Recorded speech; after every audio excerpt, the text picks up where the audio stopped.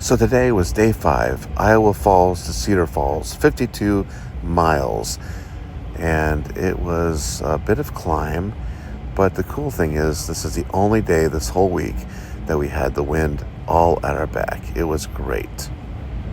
So at the end of video 4, I said I wasn't going to have a video 5 because there really wasn't much to do. So there it is.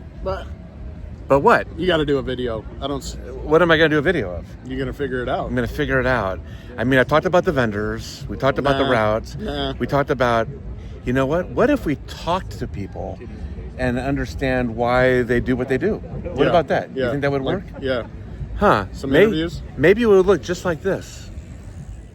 So I wanted to interview lots of people today, like a spectator, and then 2 people who work at the bike shops that are along the route when we get into a town. I interviewed 2 people who were working with security and traffic control at a corner going into town. I interviewed 2 EMTs and the Ragbrai race coordinator, Matt Fippen. So what's your name? My name is Gwen Groh. And where are we at? You are in Eflington, Iowa. And what does it mean for this ride to come through? Oh my God, this is my absolute favorite time of the year. I wish they came through every year. Is that right? Love Ragbrai. Yeah? Love Ragbrai. Where are you from? I'm from outside Chicago. Okay, nice. Yeah, suburb. Nice. I work in Iowa Falls, so I spent all day there yesterday with you. Okay. Yeah. Well, we appreciate the people who volunteer to help make this happen for us. Absolutely. We love you coming through. So, do you know, what is the economic impact of something like this? I can tell you for Iowa Falls, it's ginormous. It's huge, especially, like for our downtown businesses down there. But as you get downtown here, these are just all one owner small businesses. So, and churches, our churches, our church is selling cinnamon rolls down there, and that's for our youth group to go to Colorado for Rocky Mountain High. So, it's awesome. Through an internet search, I found that Ragbrai brings in about $25 million of economic impact to the host cities that it goes through. But because of its far-reaching throughout the entire state and things that it's doing all year round, the economic impact on the state of Iowa is $1.4 billion. And yes, I'm recording this late at night on day 5 in my tent. What store do you have here? This is Harper's Cycling out of Muscatine, Iowa. So why do you come and do this? Well, I used to ride it. Yeah? I used to ride, but then I was asked to help out some friends, and I wanted to see the other side of how it works. And plus, now I'm working off a new bike that I'm currently. Is this worth your while to do? I mean, the bike shop to be here? Oh, yes. Does it translate to anything after the ride, too? Like, do people know of you then and then come in? Well, yeah, the shop itself is the oldest bike shop that's been on Ragbrai. Is that right? It is. How many years? Oh, I know. How long has Harper's been on Ragbrai now? Oh, geez. Almost every one of them. Really? Yeah, Charlie Harper, who passed away a few years ago, he was one of the original bike shops that started with Ragbrai. And I was asking him, it's worth being here, and it costs money to move this across the state. And Oh, yeah. The bike shop probably makes, I'm going to say at least a third of their income per year off of Ragbrai. That's why it's so important for us to be here. so the economic impact goes beyond just the communities. It goes to the shops that are traveling with us as well. Yeah, the shops are here to make money. Yeah. That's why they pay to be here. Right. So, yeah. Do you like doing this? It's a lot of work. Is it? But I enjoy it. I mean, by the end of the week, I'm like, I just want to go home, and I'm going to stay in my bathroom for about 5 hours. You're up early, you're up late, Early, up setting up and then taking down? Set up, tear down. Now, we've got to tear down yet today, all over to the overnight town in Cedar Falls. Yeah.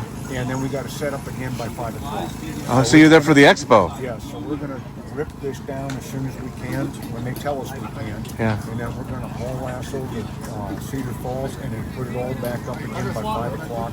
This means a lot to the community. It helps out the small towns, not only here in Hardin County, but throughout the state. It's a really good increase to everything revenue-wise. A lot of the local people and kids love to see you guys coming through the area. And they enjoy having that time to come out. And There's my guy. watch everything, and it's a really good experience. It's great. You guys are always respectful, and we definitely appreciate that. Great. Well, thank you. Yep. What about you? Yeah, pretty much the same. I mean, everybody just really enjoys seeing you guys, and it helps out our small town fire department. That's what they're up there fundraising for. Get you guys to be able to see something different than what you guys are used to, too. Yeah. And what's it like doing this? Is this fun or Absolutely laborious? It's a very unique experience. Yeah. Do you just do this area, or what is the jurisdiction that you're doing? We cover from one end of the state to the other. Oh, all week long. All week long. So what's happened? Any bad accidents so far? Oh, there's always bad accidents. Yeah. I haven't seen it. Normally you might see some. I haven't come across any. You've probably seen the ambulances running up and down the road. True enough. They're going to one of those accidents. So you're full-time EMTs, or? I'm a paramedic. Paramedic? He's a physician. Okay. And my partner's a paramedic. Okay, very good. Are you bicyclists? I do like to cycle. So, I mean, do you volunteer for this, or is this an assignment? It's an assignment. Okay. And it's okay? Yeah, love it. So far, so good. We actually get tailwind today and overcast. So coming off yesterday where it was a little brutal for riders with a headwind, I think they're a little bit happier today. Yeah. What do you do when you pick the routes? What are you looking for? I try to find towns we haven't been to in a long time, or towns we haven't experienced at all. But a lot of it has to do with the roads, trying to find safe roads that we can get you guys on so it is an easy day for you. There is a pocket, with road construction, you want to find that pocket where the road may have got completed last year. Now you can ride it up next year. So the goal is find the best roads, find in some cases the flattest roads for some.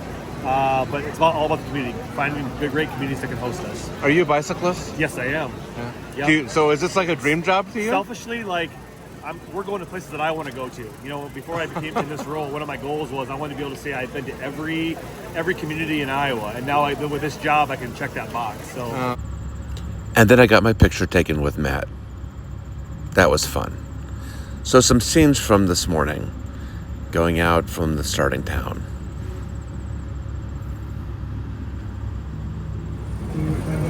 So Randy, do you know what this is right here? Yeah. What is it? Absolutely. Absolutely. Some of the prices of the vendors seems pretty steep. We know they have overhead, but it's pretty high up. Whereas we like to go to some of the social service organizations that are raising charity money for a good cause.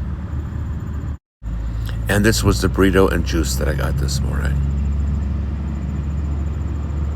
Now we're entering in another town. And I like this next picture. It looks like the speeder from Star Wars that Luke Skywalker rode in. Randy actually had a bike breakdown, so he went and was talking to a mechanic about it. Great to have the bicycle shops available. Here's Mr. Pork Chop. I showed a couple pictures yesterday, but here are better pictures from today. And you can always tell where they are by the smoke.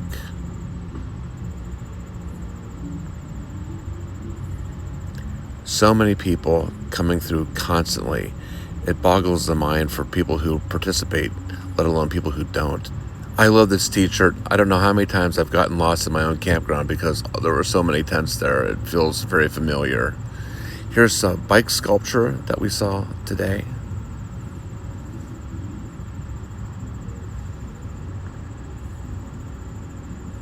And walking through town, there was just narrow streets and lots of people.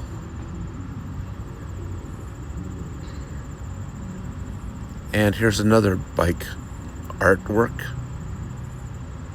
And then we saw a building that people were asked to put their signatures on and say where they were from. So that was a fun thing. And here's some of what's written on the wall.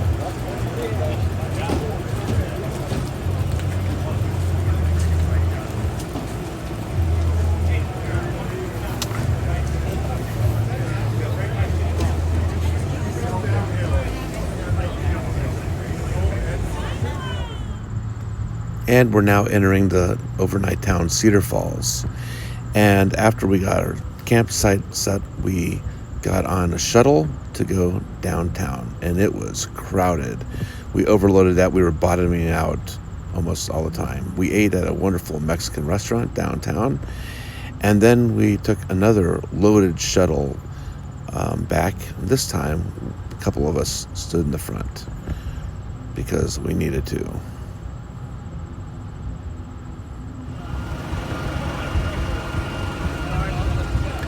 The shuttle ride was fun and it was very helpful, but it was crazy full.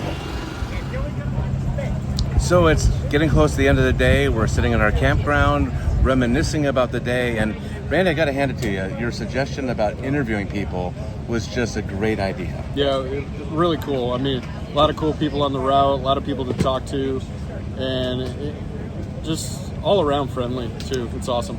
So many people, from the bystanders to the volunteers to even the race coordinator, the ride coordinator.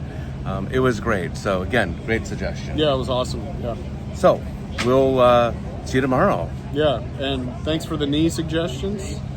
It really helped. I mean, we were reading through the comments, and yeah, we take those seriously and want to make sure that we're reaching out to folks. But knee's feeling better today, which is great. And the next 2 days will kind of tell us what it is. You know, the outcome's going to be. You rode the whole way today. Rode the whole way, and really, well, didn't only ride the whole way. We rode pretty hard today. We cooked. Yeah, we cooked. Yeah, it was So, awesome. We'll see you tomorrow. Later.